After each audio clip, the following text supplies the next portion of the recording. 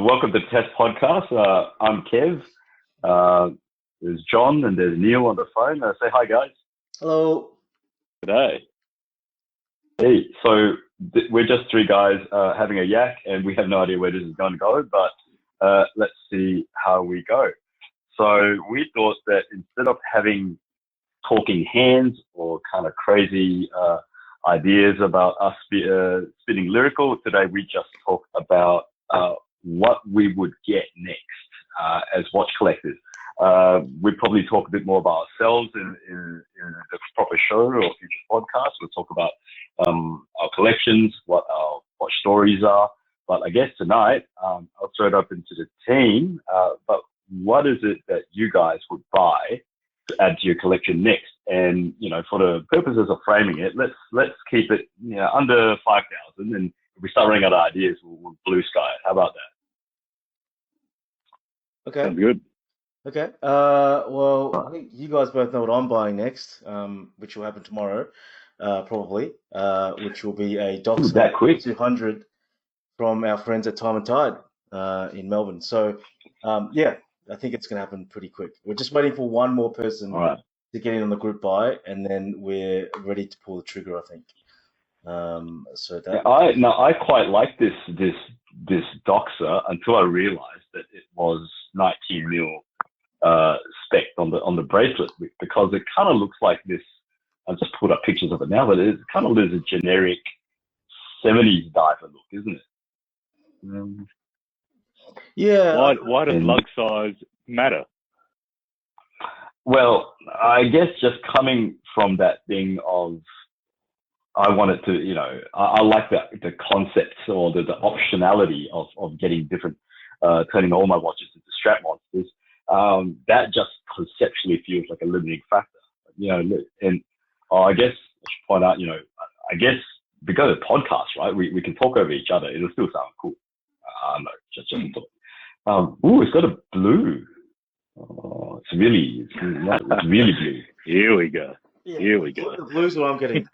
Blue, Tiffany blue. There's a dark blue. There's actually 7 dial colors. There's the dark blue, baby blue, orange, Yeah, yellow.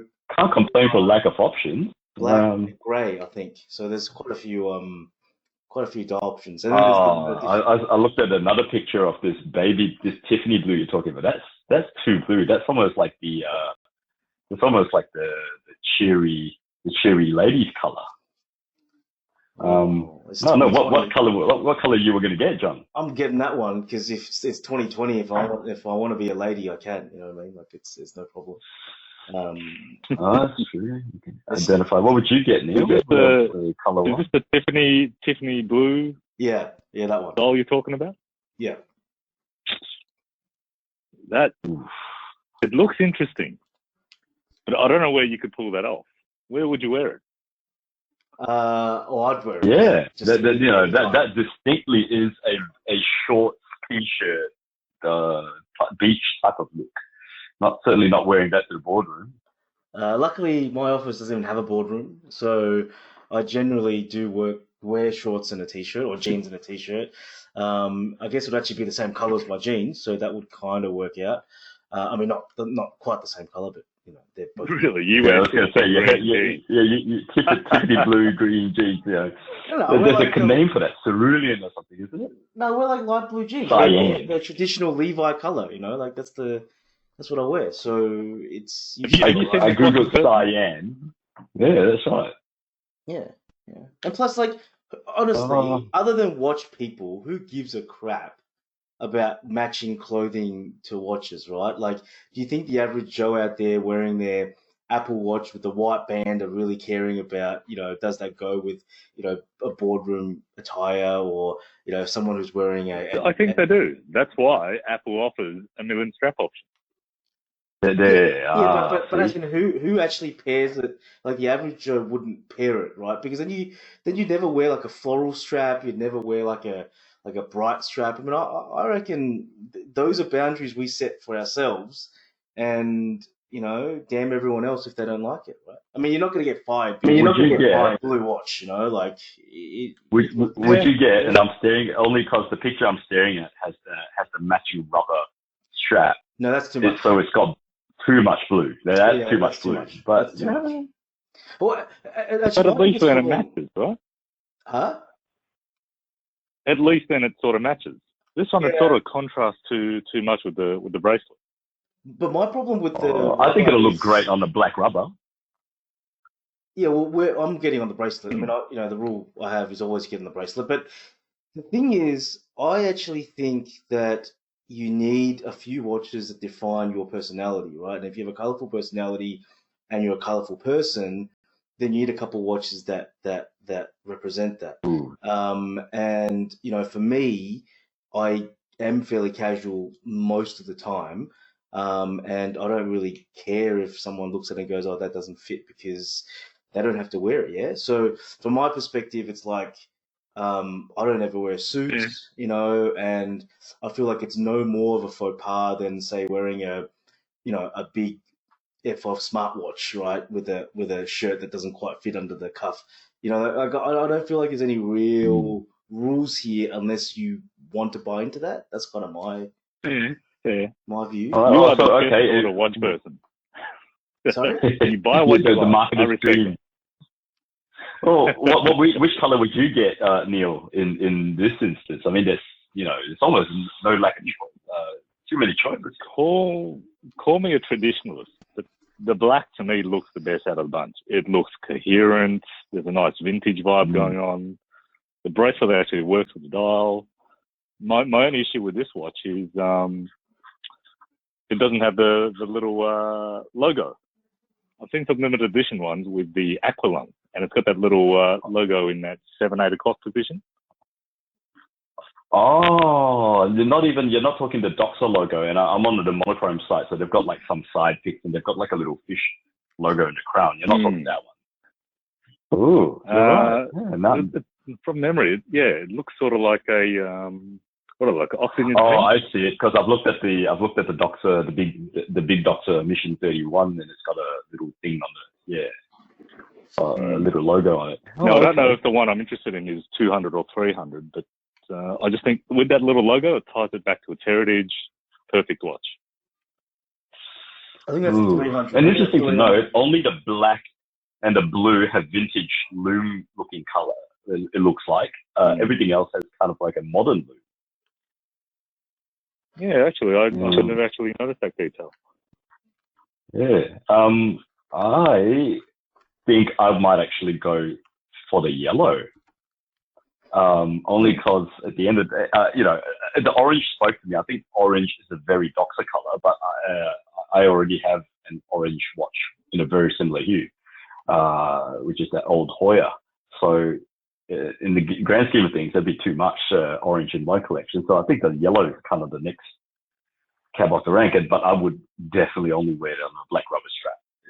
Anything else would be too bright. The yellow, that'll match your yellow Ferrari, so no problem with that. That's right. Yes, that's living the dream. Living the dream. And we could always do like wrist checks every day and every podcast and just talk about like the new solid gold Daytonas that get delivered on a constant basis to each of us. Right? It's a podcast. That's it.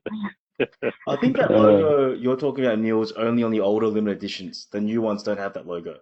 So you're talking about the actual graphic logo at the somewhere between 7 and 8. So those, it's off center. Yeah, so those aren't on any of the new ones. So the new ones only have the 300s and 200s have the Doxa automatic in the top, like near the 10 o'clock. And then down the bottom, so near the 430-ish, it's got whatever the model is, 1200T professional or something. It's and then on the other if you side, look up the black lung, that's the on one. the other side, some of the older ones, limited editions, had the logo. So I think what's cool about Doxa in the past was that every single model they made of the more modern ones was a limited edition. So the 300s were all limited editions, even though it doesn't matter what colorway. And the 1200s are limited. The new editions, I don't believe, are limited at all. So there's no limited production. They're not numbered or anything. Same thing with the 200s, other than the 130 anniversary. So I don't think they have. None of the new ones seem to have any other branding on them, other than the model and and the company name. So they. You know, my I think I've just come up with my issue with this watch. Is the dial to me looks a little bit too plain. Like, there's no fancy picture logo for Doxa, just the branding. The 6 o'clock text is just 2 words. Well, actually, a little bit of something. Yeah, like that to me, and I couldn't quite pin why I didn't like it enough until I saw pictures of the even that new orange reissue one with the kind of a 1030 Doxa, and and the sub 300 professional kind of at the diagonals, and that offset design of Doxa branding has always been stuck in my head. Well, along with that turtle-like shape for the old ones, right? So the moment they went kind of 12 and 6, that kind of rubbed me wrong, and I couldn't pin it until you mentioned that. That doesn't feel Doxa enough to me anymore. It almost feels a little bit generic. And look, having said that, the watch design as a whole, I think quite attractive. You look at the bracelet and that bead of rice. Delicious, right?